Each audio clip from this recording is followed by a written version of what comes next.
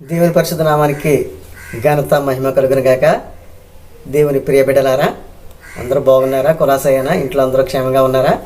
మంచిదండి. దేవుని వాక్యాన్ని ప్రతిరోజు కూడా పరిశీలించి చదువుతున్నారా? నేను చూపించే వాక్యాలు శ్రద్ధగా చదువుతున్నారా?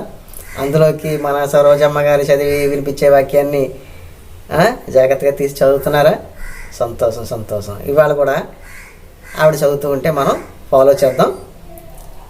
నిన్నటి వరకు ఏం చూసుకున్నాం మనం? పరమగీతము 3వ అధ్యాయంలో 4 వాక్యాలు చూసుకున్నాం కదా. దాంట్లో మొదటి వాక్యాన్ని మళ్ళీ కూడా మనం చూసుకుందామండి. ఎందుకంటే ఆ వాక్యాలు కొన్ని ముఖ్యమైన వాక్యాలు ఆవిడ చదువుతుంటే అంత రసపట్టుగా ఉన్నాయన్నమాట. చాలా ఆవిడ చదవగా భలే వినాలనిపిస్తుంది అనమాట. మంచి ఎటువంటి మూడు రానుడు కూడా మూడు వచ్చేస్తుంది అనమాట. ఏదమ్మా ఒకసారి చదువు సరోజమ్మ. పరమగీతం 3వ అధ్యాయము 1వ వాక్యం చదువు. రాత్రివేళ పరుండియుండి నేను నా ప్రాణప్రియుని వెదకినను అతడు కనబడకయుండెను. ఏమైందమ్మా? పడక మీద ఉండగానే నీ ప్రియుడు జంపు జలాని అయిపోయాడా? ఏమ్మా, నీతో సర్దా తీరిపోయిందా? నీ అవసరం తీరిపోయిందా? మరి 1వ అధ్యాయం 16వ వాక్యంలో ఏం చదివమ్మా? నీ ప్రియుడు నువ్వు శయన స్థానము పచ్చని చోటు. అబ్బా ఎంత బాగుంటుంది. మరి ఇద్దరు కావిడేసి పట్టుకుని లొంగ చుట్టుకుని తొంగుని దొలుతూ ఉంటే ఎంత కమ్మగా ఉంది, ఎంత సైతుగా ఉంది అని చెప్పేసి అన్నదానివి అంతలోనే పడకలో నుంచి పారిపోయాడా? ఏది ఒకసారి నీ నోటితో నువ్వే చదువమ్మా, అందరూ వింటారు. పరమగీతం 1వ అధ్యాయం 16వ వాక్యం. మన శయనస్థానము పచ్చని చోటు. పచ్చని చోటు. ఇవన్నీ అయిన తర్వాత మీ గొల తీరిన తర్వాత ఇంకొక దాని దగ్గరికి అర్ధరాత్రి గడే లెగిసిపోయాడు అనమాట. ఇదనమాట నీకు బైబిల్ నేర్పిస్తుంది. ఇలాగంతా ఉండండి అనేసి. బాగుందా మరి కథ? సరే, ఇప్పుడు అసలు విషయానికి వచ్చేద్దాం. మరి ఇలాంటి వాక్యాలన్నీ చదువుతూ ఉంటే నాకు ఒక సిస్టర్ గారు గుర్తొస్తుంటుందండి. మరి నా సాగరంగా ఎవరో కాదండి, మరి మా నగ్మా గారు ఒకనాడు కాలు ఎత్తుకుని చెయ్యెత్తుకుని బట్టలు లేకుండా ఆడిన మనిషి ఈ రోజున స్టేజ్ల మీద ఇప్పుడు సంక్రాంతి చూపించుకుంటుంది, యాంగిల్ చూపించుకుంటుంది. ఇలాంటి వాక్యాలు చదువుతూ ఉంటే మరి అలాంటి వాళ్ళు గుర్తు రాకపోతే ఇంకెవరు గుర్తొస్తారండి? మీరు చెప్పండి. తీసుకొస్తాను, ఒక రోజున తీసుకొస్తాను. సభలు ఎక్కడ జరుగుతున్నా సరే ఆవిడ ఎక్కడ మాట్లాడుతుందో అక్కడికి వెళ్ళి నేను తీసుకొస్తాను, మీ దగ్గర నుంచే పెడతాను, మీరే చూదురు కానీ. సరే, పరమగీతము 3వ అధ్యాయము 5వ వాక్యం నుంచి చదవమ్మా సరోజిని.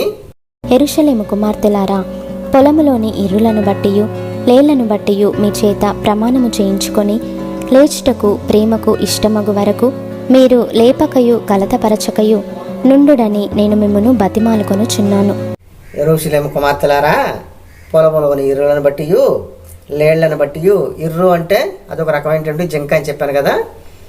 లేళ్లను బట్టియు మీ చేత ప్రమాణం చేయించుకొని లేచుటకు ప్రేమకు ఇష్టమగు వరకు, అదే మా సైతి తీరే వరకు, మా యొక్క గొల తీరే వరకు మేము బాగా తొంగునే దొలుతాము. అది తీరే వరకు కూడా మీరు లేపక కలతపరచకయు నుండుడని నేను మిమ్మల్ని బతిమాలుచున్నాను. మా సరదా అంతా గొలంతా తీరే వరకు కూడా మీరు ఎంత మాత్రం మమ్మల్ని డిస్టర్బ్ చేయకూడదు, మా ఇష్టానుసారంగా మమ్మల్ని వదిలిపెట్టేయండి అంటుంది. తర్వాత వాక్యించదు అమ్మా. ధూమస్తంభముల వలె అరణ్య మార్గముగా వచ్చు ఇది ఏమి? గోపరసముతోనూ సాంబ్రాణితోనూ వర్తకులము వివిధమైన సుగంధ చూర్ణములతోనూ పరిమళించుచు వచ్చు ఇది ఏమి? ధూమ్రసమం వలె అరణ్య మార్గముగా వచ్చు ఇది ఏమి? గోపరసముతోనూ సాంబ్రాణితోనూ వర్తకులము వివిధమైన సుగంధ చూర్ణములతోనూ పరిమళించుచు వచ్చు ఇది ఏమి? ఇవిడికి ఎంతసేపు కూడా సెంట్ల మీద, ధూపదీప నైవేద్యాల మీద, సుగంధగా ద్రవ్యాల మీదే వీళ్ళకి దృష్టి ఉంటుంది. ఎందుకంటే పడకలు అలంకరించేది ఇదే కదా. మంచి గమ్మత్తుగా మంచి సువాసన వెదజల్లుతూ ఉండేటువంటి అత్తర్లు పూసుకుంటా ఉంటే ఇంక వీళ్ళకి మూడు రెచ్చిపోతుంటుంది అనమాట. మరి అవన్నీ ఎక్కడెక్కడ ఏమేమి ఉన్నాయి, ఏం జరుగుతుందని తెలుసుకుని రప్పించుకోవాలి కదా. అదేనమాట ఈవిడ ఉద్దేశం. తర్వాత చదవమ్మా. ఇదిగో సొలొమోను పల్లకి వచ్చుచున్నది, 60 మంది శూరులు దానికి పరివారము. వారు ఇశ్రాయేలీలలో పరాక్రమశాలులు, వారందరూ ఖడ్గదారులు, యుద్ధవీరులు. ఇదిగో సొలొమోను పల్లకి వచ్చుచున్నది, 660 మంది శూరులు దానికి పరివారము. వారు ఇశ్రాయేలీలలో పరాక్రమశాలులు, వారందరూ ఖడ్గదారులు, యుద్ధవీరులు. బాగుంది. ఎంతమందిని చుట్టూ ఎందుకు పెట్టుకుంటున్నాడో ఇప్పుడు చూడండి, చదవమ్మా. రాత్రి భయము చేత వారు ఖడ్గము ధరించి వచ్చుచున్నారు. అసలు విషయం ఇది. రాత్రి భయం చేత వారు ఖడ్గము ధరించి వచ్చుచున్నారు.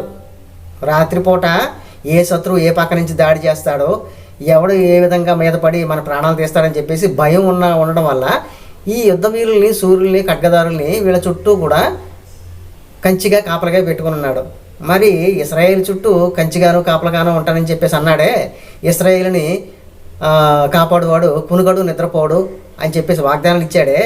మరి ఆ బైబిల్ దేవుడు ఏం చేస్తున్నాడు? మరి వీళ్ళని కాపాడేటువంటి ఆ బైబిల్ దేవుడు, ఇశ్రాయేల్ని కాపాడు మీ దేవుడు కునుకడు నిద్రపోడు అని చెప్పేసి అన్నారు కదా. మరి వాడు ఏం పీకుతున్నాడు? ఎక్కడ మందు కొట్టేసి తొంగున్నాడు? వాడు ఏం చేయనందుకే కదా వీళ్ళకి ఇటువంటి శత్రు భయం ఏర్పడింది. అదే కదా నిజం. నువ్వు మాట్లాడేదానికన్నా కూడా నీ క్రియలు ఎక్కువగా గట్టిగా మాట్లాడతాయంటారు. మరి అదే కదా ఇక్కడ జరుగుతుంది. చూడండి, మంచిది. వాళ్ళకి వాక్యాన్ని ఇంతటితో విరమించుకుందాం. రేపు దయచేసి అందరూ కూడా సహోదరులతోటి, మీ మిత్రులతోటి వచ్చేయండి. దేవునికి వందనాలు, ప్రభు స్తోత్రాలు.